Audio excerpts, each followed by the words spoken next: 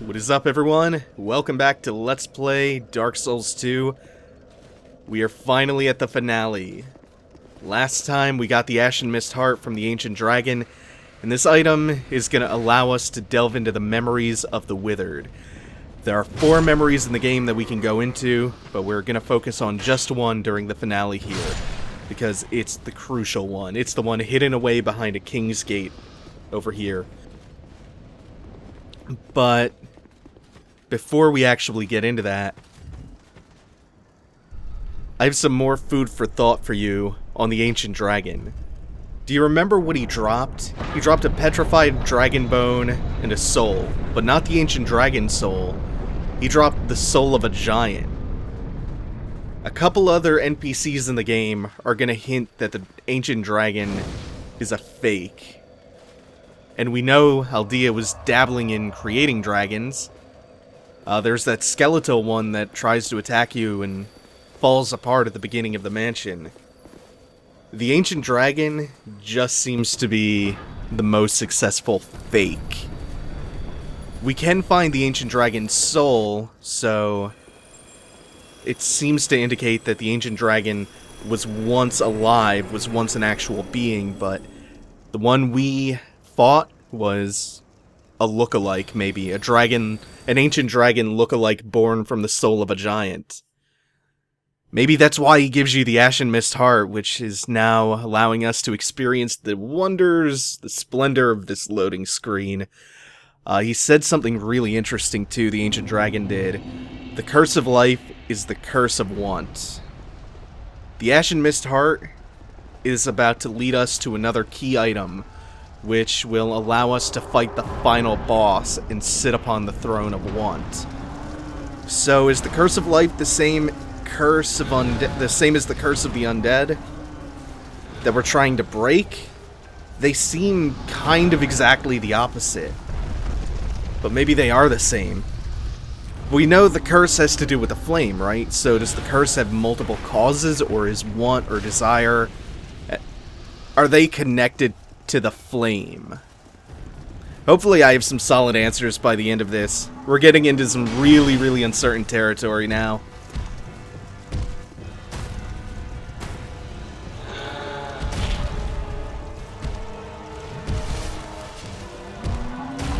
And this is the Giant Lord, the apparent king or commander of the giants who invaded Drang Lake.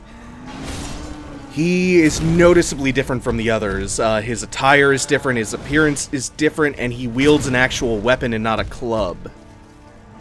Whoa. Also, if you look at him, there was a point in time where I thought he looked like he was dressed a little bit like Gwyn, so I thought maybe he's Gwyn, and maybe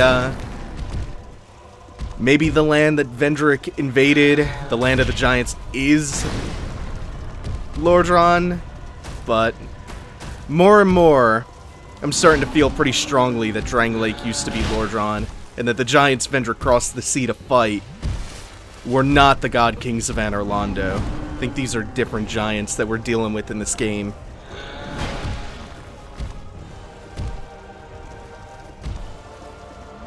Nope, just gotta stay between his shit. Hopefully I don't get killed by another one of those flaming mortar-style boulders. Shit. Oh no, I'm just gonna get caught by the sword sweep. Oh. Luckily we're right next to a bonfire, so I'm just gonna keep on keeping on. And expand on my thoughts about the Throne of Want, which is kind of a new thing that we're getting introduced to. Yeah, so I think these are different giants. And I know I keep bringing up this question of what did Vendrick steal, but it's a pretty important question. One without a definite answer. And I constantly change my thoughts on this. I constantly flip-flop. There's a very long list of possibilities there.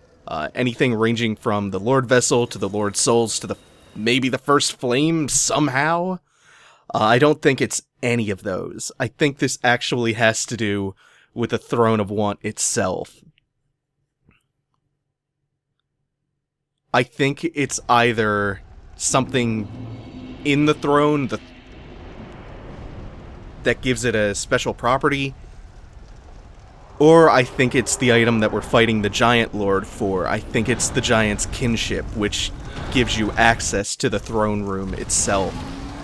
Vendrick literally built his castle, his kingdom, on the Throne of Want. It's one of the last King's Gates that we're gonna find.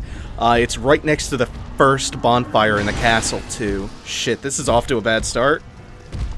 Gotta be a little more careful this time. If I can keep him backed up against the wall like this, I should be safe from the mortars.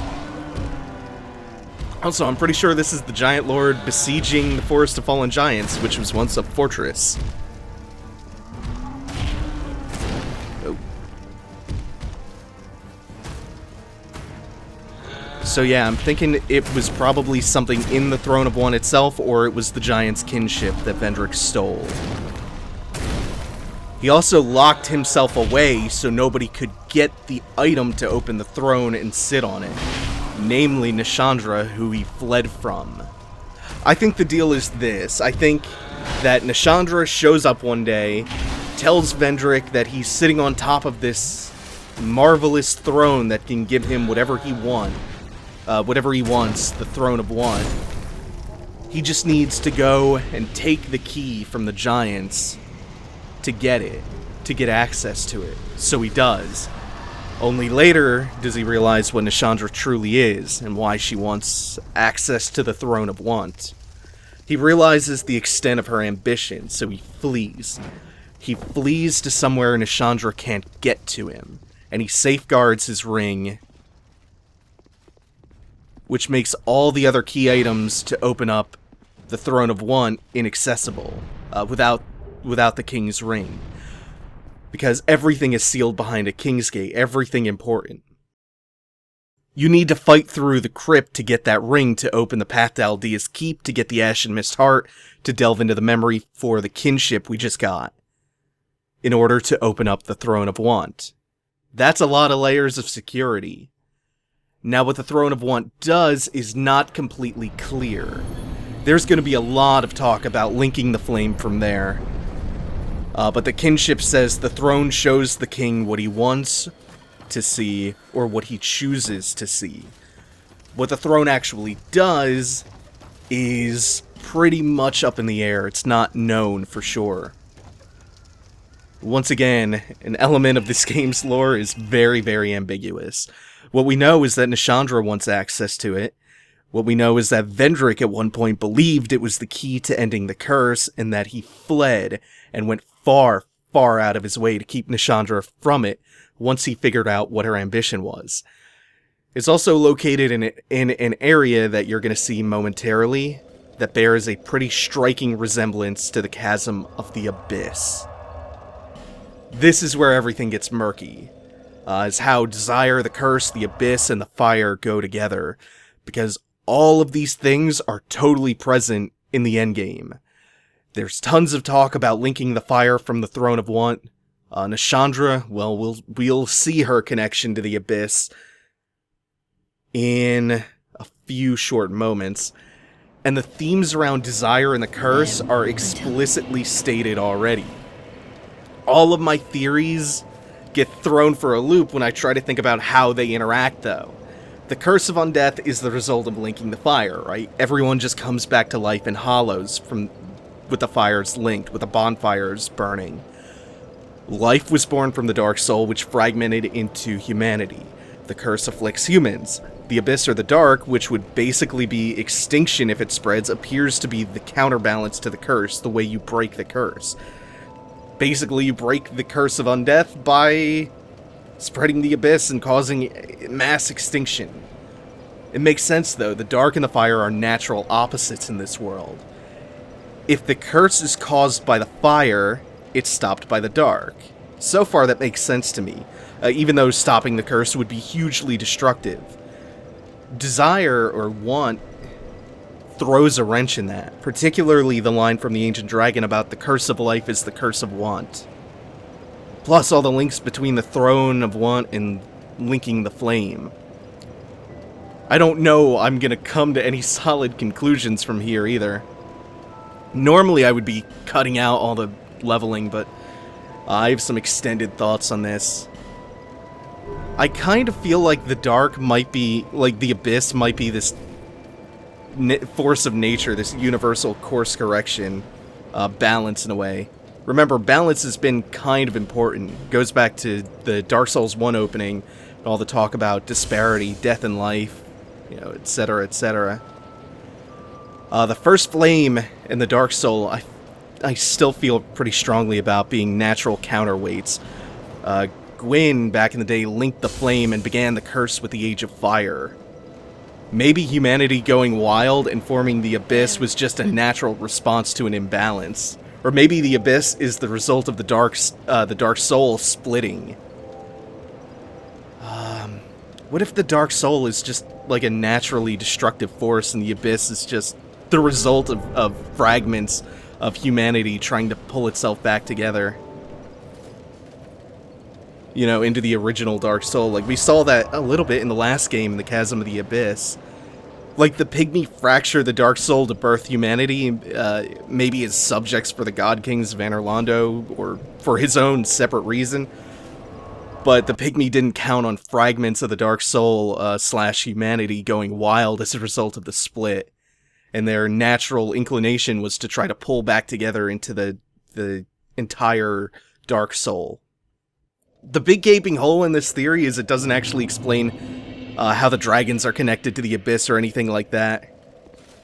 Or what significance that has.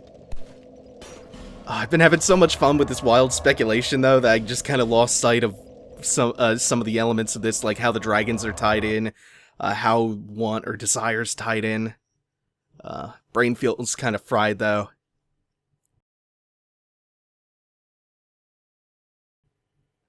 It disregards a lot is the problem. It's probably gonna do even more flip-flopping. I don't know if anything's gonna put a stop to that for the foreseeable future either. Souls games maintain that perfect level of ambiguity that makes it really, really fun to speculate about. But not so... It's not, like, so ambiguous that you can just get frustrated and you just don't feel like there's anything there. There's clearly enough breadcrumbs. It's just, how do you piece this together? That's what makes it so fun and so awesome to think about. And to think when Dark Souls when the original Dark Souls came out back in 2011, I was saying something to the extent of, yeah, the story of this game is pretty much paper thin. Yeah. It took a long, long time for me to realize how deep the rabbit hole goes and how awesome the way this game builds narrative through the environments, through item descriptions, through some implicit means is. So, I guess that kind of ends my extended tangent. I'm gonna just keep throwing out ideas stream of consciousness style because it's so hard to commit to any one theory when there are so many possibilities. For now, though, I'm gonna cut ahead so you don't have to suffer through any more of this kind of time-wasting, upgrading, leveling, stuff like that. And we will get back into the meat of the game momentarily as I go towards the Throne of Want in Dranglake Castle. Alright, we're back at the first bonfire in Dranglake Castle. Coming out of this room, we're going to make a left, and that will bring us to the final King's Gate. And I have my King's Ring equipped, so we'll open this bad boy up, and we will run headfirst towards the end game. We have now 2 bosses remaining, and not really much of a level to speak of in our way. Also, that's weird. Usually the Emerald Herald is here waiting for us. Oh, right! Oh, right, at the start of Dranglake Castle, I forgot about her. I forgot to talk to her back then, so she didn't appear now. That's a big ol' fix-it-in-post situation. This castle is isolated, but nonetheless you must forge on to bring an end to your journey and mine. My journey is already complete. My name is Shanalot. The dragon gave me this name For I was born with none. I was born of dragons, contrived by men, by ones who would cozen fate herself. They are the ones who created me. But they failed. I did not come out as intended. Fate would not be bested, and men were cursed once again. If you proceed, Nashandra will come after you, knowing that you will take the throne and link the fire. She covets the first flame and the great soul. Put Nashandra to rest. And then... So anyway, she tells us some big stuff. Gotta fix that. Her name is Shanalot, for one, and she's the child of the dragon. She's born of dragons contrived by men, she says. So that whole thing about Aldea and the ancient dragon, yeah. Maybe she's the daughter of the ancient dragon. This thing that's not quite a dragon, that was created by the brother of Endrick. Maybe that's why she directs you to him the way she does. Maybe that's why he gives you the Ashen Mist Heart, to help Shanalot out, the Herald. So we have two options to summon some help for the upcoming two boss fights, which both take place in this room. Benhard of Jugo and Vengarl, neither of which we are going to be summoning. This is a dual boss fight, which they are traditionally pretty tough. But as you're going to see, the Throne Watcher and the Throne Defender are not a big deal. The Throne Watcher, who was the first one, we hit the woman in white on the right. You can see that she is a bit less health than the Defender. She is far more quick and offensive. She will take far less damage. Now, the amount of damage the two of them take is important because once one of them dies, after a short bit of time passes, one will attempt to revive the other. About half health for each of them. They'll start buffing their weapon. Now, both of them have done it. It creates a little bit of separation, so that's nice. Other than that, this boss fight is a non-issue. Just be aware that they can revive each other at full health, mind you. So the Emerald Herald will, as you're gonna see when I insert something in post, she says Nashandra will come for you knowing you'll link the flame. Now that's weird. That's a little bit weird, because maybe Nashandra doesn't want you to link the flame because that's a threat to her in the Abyss, but then why would you want to link the flame in the first place if that extends the curse? Herald is a little bit weird. You know her fate is tied up in this somehow, but she's weird. She's like a third wheel, kinda. Either way, we have a cutscene coming up, so I will shut up for a moment.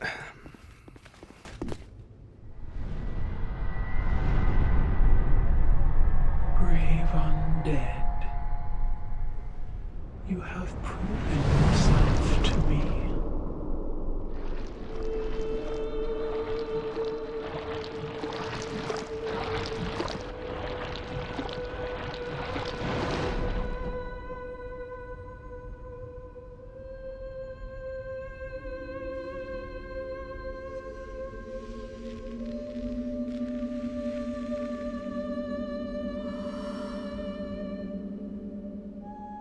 Now, be one with the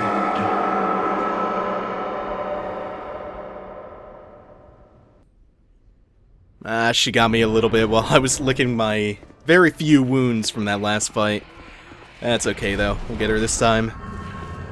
Welcome to the final boss of the game, the Queen of Drangleic, Nashandra, in a form that we have not really seen her in. Very different. Some people were calling her Shido, which I don't know if that was a portmanteau of shit in Nito or she in Nito, or maybe both, when the game was new. Souls games have had a long-standing tradition of letting people down with their final bosses, be it Alant or Gwyn. They didn't really give people what they wanted, which I guess is a big climactic final fight. But you know my thoughts on Gwyn a lot. I loved them because they represent the philosophy of the series pretty well. They aren't supposed to be awesome at all. Nashandra is a little closer to being an actual final boss, but she's in this weird middle ground where it's not a spectacular fight and she doesn't represent much like Gwyn a lot did.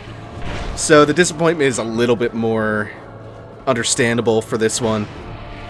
Things about her also just don't make sense to me. I feel like some of the disappointment comes from the whole, like, out-of-nowhere thing, like Necron in Final Fantasy IX, but if you pay attention, who she is and what her significance is foreshadowed really, really, really heavily. Also, she briefly shows up in one of the trailers. She shows up in the Curse trailer, running her finger up the scythe. The fight itself is pretty simple. It's at close range, she does her scythe combos, which you see are pretty easy to dodge out of the way of. Long range, she uses that laser that she has used twice in a row.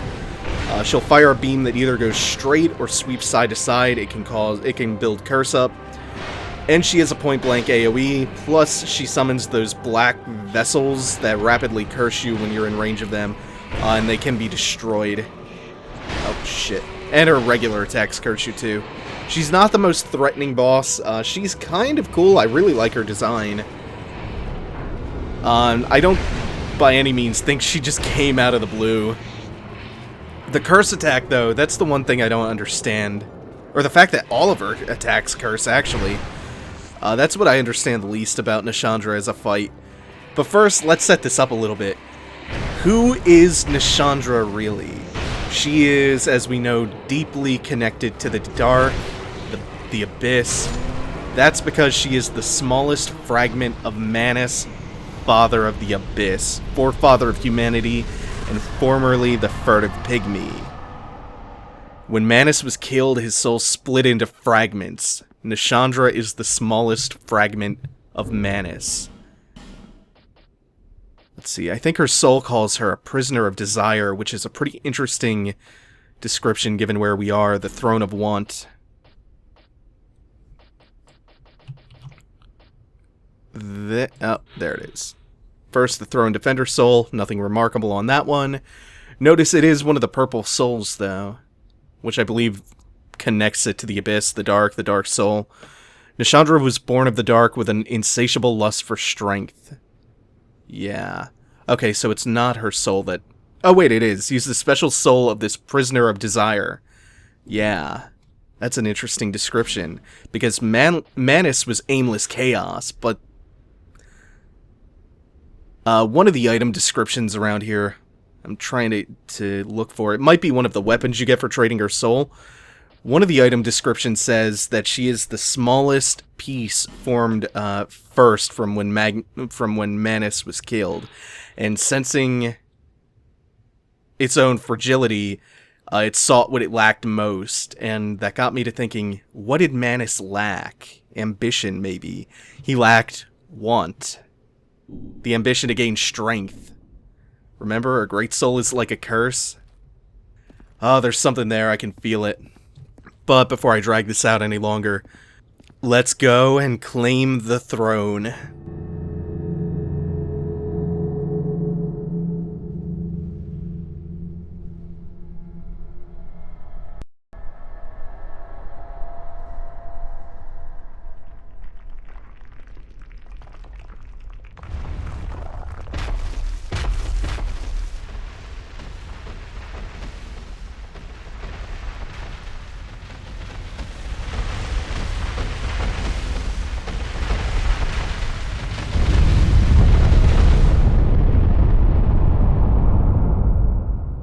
You who link the fire. You who bear the curse. Once the fire is linked, souls will flourish anew, and all of this will play out again. It is your choice to embrace or renounce this.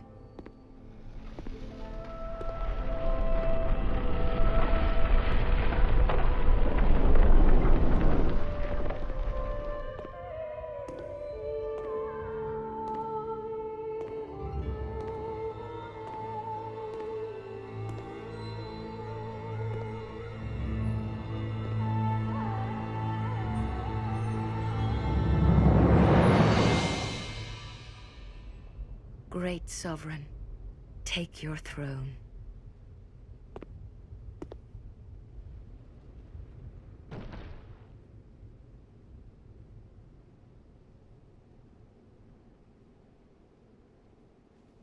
What lies ahead, only you can see.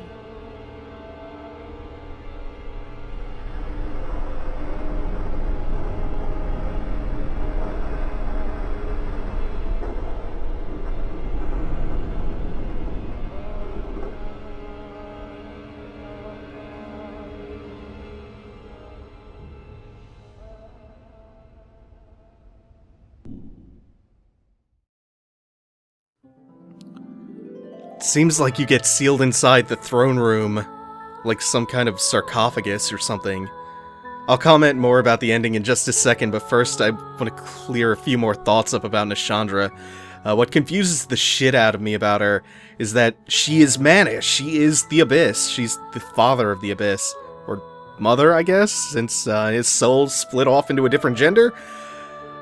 Why does she curse you constantly? Why does her portrait curse you? Doesn't that throw everything I've thought about the flame equaling the curse or being in a significant way related, and the darkness, the abyss, being the opposite out the window? Not really sure. Like I said before, lots of uncertainty remains here. Maybe there are two curses. The curse of undeath and something a little bit more existential. Attachment, want, desire, ambition. Something very Buddhist in nature. The first two of the Four Noble Truths are that all life is suffering, which is known as dukkha, and that the origin of dukkha is attachment or desire. Not sure. Here's something awesome, though, that I didn't pick up on in any of my previous playthroughs. It comes from a video by someone named Dave Control Lives, I think? Dave Control Live, maybe? Remember the Milfinito and Amana say the fireflies bring comfort to those who bear death and dark, dark being capitalized like a proper noun? His speculation was that she cannot pass through the Shrine of Amana because of the Milfinito and their song. That's why Vendrick is in the crypt beyond the shrine. Furthermore, you find a Milfinito trapped in the castle, and perhaps Nashandra was trying to figure out a way to pass through the shrine by maybe torturing that Milfinito. Alright, so for the ending, lots of things to talk about. Lots of talk of linking the fire in that ending, and it makes it sound like you have a choice, too, to embrace or renounce this, as they put it. But we don't really actually have a choice in anything we do in the ending. There's been a lot of pendant-style speculation that if you meet a very specific series of criteria, that maybe you can somehow trigger an alternate ending. No. Abandon hope for that one. No such thing exists. Don't go on another pendant goose chase for that. It doesn't exist. No. I don't think that's a bad thing, though. It's a break from tradition, yeah, but I don't mind that at all. I feel like not getting closure is perhaps a bigger problem, but again, I've been racking my brain throughout this entire finale trying to piece stuff together. I don't think definite closure was ever in the cards in the first place. I don't think that was ever going to be an option. What matters is it doesn't feel sloppy, and it leaves you just enough breadcrumbs to kind of go into this really in-depth exploration and piece things together. Yeah. But this is the end of the Dark Souls 2 LP now. There's just the bonus episode left for cleanup, but as for the entire journey up until this point, overall, I've had a lot of time to think it over. I think Dark Souls 2 is weaker in a lot of regards compared to the previous two games. The music is at least on par with Demon's Souls. The depth and breadth, in terms of that, it feels like this is the most dense game. I've been having so much fun trying to tie lore threads together. I don't know if that's any more or less than previous games. The jury's out on that one. New game vanilla is easier, but the New Game Plus and Champions Covenant runs make the game way more fucked up and difficult than either of the previous two. But a lot of key things feel like they're missing in this one. The world is weaker, the level design's weaker, the bosses are way weaker. Lots of big armored knight style bosses, even though I think the route I took through the game alleviated that a little bit because there weren't so many in a row this way. There are fewer characters I invested in 2. The world is probably the most disappointing thing, though. I like the individual levels. As a cohesive world, it doesn't work at all. It feels like a collection of levels, and the only real exception is probably the Iron King's Kingdom, starting from Huntsman's Copse going forward, which is basically what Demon Souls was, but Demon Souls didn't pretend to be an open world or anything, and even then, I felt like each of the 5 worlds in Demons had more cohesion to them. The other problem is, someone on NeoGAF went hard on the research, comparing credits and stuff, and it looks pretty likely that Dark 2 was put together by FromSoft's B team, and that, plus Miyazaki missing from the picture, and some early concerning quotes from the new directors, that got mistranslated about being the game being more accessible. I think all of that added together, and expectations got built up because Dark 1 was so amazing, and Demon Souls was so amazing, and you get this cycle of these games are amazing, new games coming out, this hype train that goes out of control. It's so impossibly hard to live up to that hype train. But beyond that, like beyond the external stuff creating disappointment, it feels a little bit less special.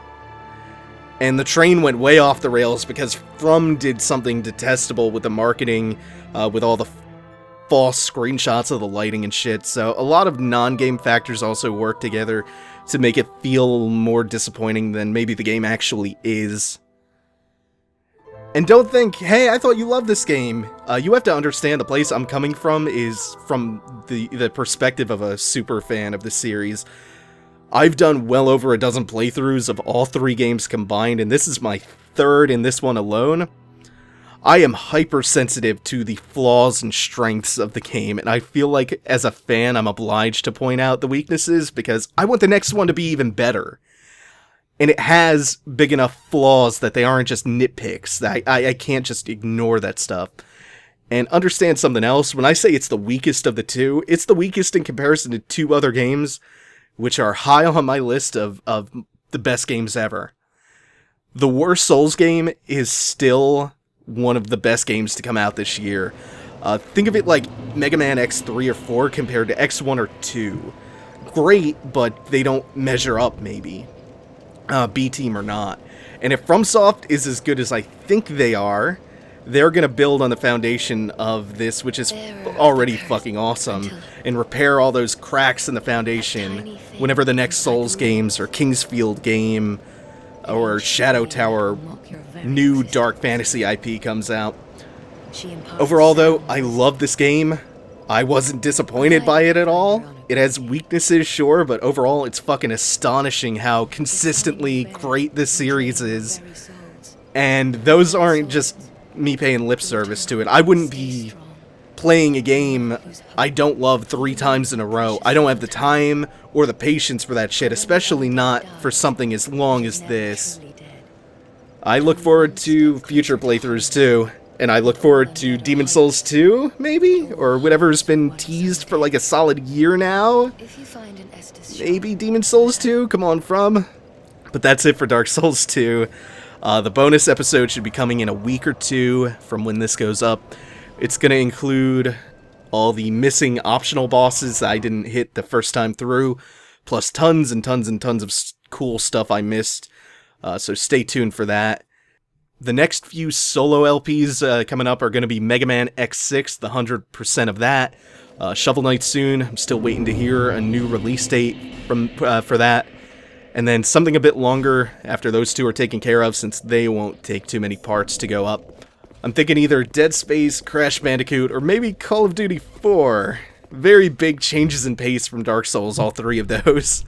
With Mike, the playthroughs with Mike, RE3 is still ongoing and steadily picking up the pace. And then I'm going to be in the driver's seat for RE4 with him once Nemesis is over. And of course, streams, all sorts of good stuff outside of the LPs. There's that marathon I'm doing coming up, Gaming Against Mental Illness, benefiting NAMI, the National Alliance on Mental Illness. That's going to be on May 24th. It's going to be 24 or 25 hours. More details are still to come on that one. We're a couple weeks away from it. So I won't keep you too much longer, though. Be sure to follow me on Twitch at twitch.tv/scribed. Follow me on Twitter. My handle is @thescribed. Like, share, favorite, comment, subscribe. Check the channel and other playlists. I do daily videos. Check all that stuff out. And once again, thanks, guys. I ate up last with Dark Souls 2. Praise the sun. Umbasa. Thanks for watching, everyone. Take it easy. Have a good one.